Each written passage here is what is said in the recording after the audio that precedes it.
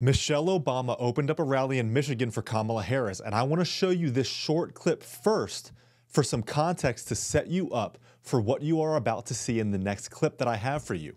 Pay attention to what she says right here. Watch this.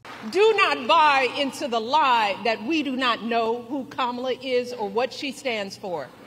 This is someone who understands you, all of you, someone from a middle-class family raised mostly by her mom, like so many of us, leaning on her neighbors like we all do.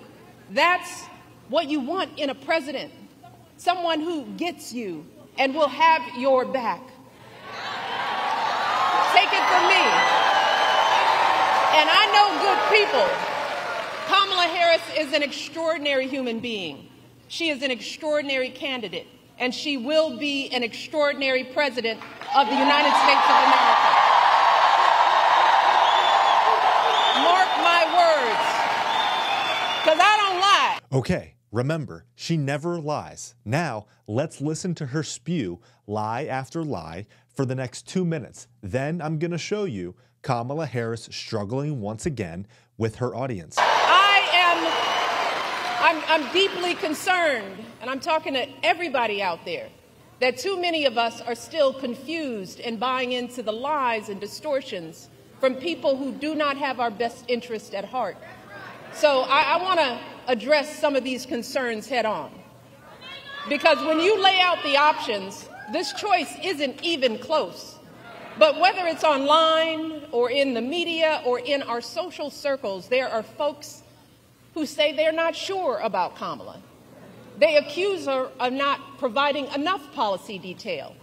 Some wonder, do we really know her? Is she too aggressive? Is she not aggressive enough? There are folks sowing seeds of doubt about whether she's who she appears to be. Now, don't get me wrong. Voters have every right to ask hard questions of any candidate seeking office.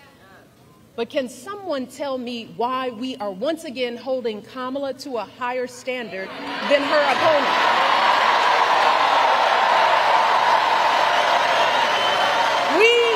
We expect her to be intelligent and articulate, to have a clear set of policies, to never show too much anger, to prove time and time again that she belongs. But for Trump, we expect nothing at all. No understanding of policy, no ability to put together a coherent argument, no honesty, no decency, no morals. Instead, too many people are willing to write off his childish, mean-spirited antics by saying, well, Trump's just being Trump, rather than question his horrible behavior. Some folks think he's funny. He's funny. And if you remember, that's exactly how he got elected the first time.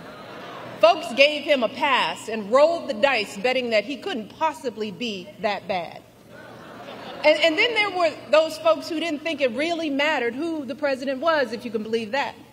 And still others who thought it'd be a good idea just to blow up our entire democracy. Let us not forget how badly that worked out for all of us.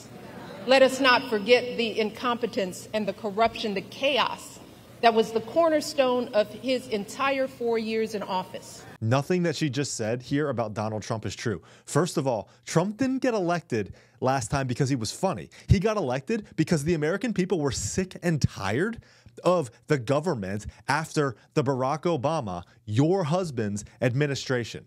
Also, we believe Kamala Harris is not competent to be president of the United States, first, because of her record as vice president. Most Americans, 79%, say that the country is headed in the wrong direction. We believe she is fake and not who she says she is because she cannot do anything off script. Anytime she goes off script, she's incoherent. These are not lies from the media. They are things that we, the American people, see with our own eyes. Donald Trump, on the other hand, can go on any interview. Donald Trump, on the other hand, can go on any interview and be in any situation or host a 3-hour rally or a 3-hour interview with Joe Rogan, for example, off script.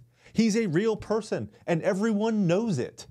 Michelle Obama literally said in this speech that she hates politics. She said, "Trust me, I know people, and I don't lie. Michelle, you are a politician, and you are a liar, and we all see right through it," which is why Kamala Harris continues to struggle with unruly audiences. Watch this. I got something for it. Or as a certain former president would say, yes, we can. So yes, we can, and yes, we will. And we will win because together, and this is about all of us, we are fighting for America's future. And we understand the opportunity we have before us to turn the page on the fear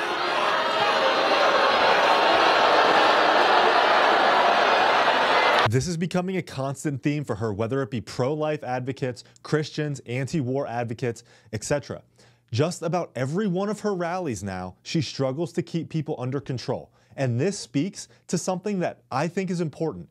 You have a resistance among the people against the Kamala Harris narrative that is stronger than against Donald Trump. Like, don't get me wrong, it's not the media narrative, which is very strong against Donald Trump. It's a people narrative. And this is why I personally think this election is not as close as the polls suggest that it is. The sniff test says to me that Trump will win big.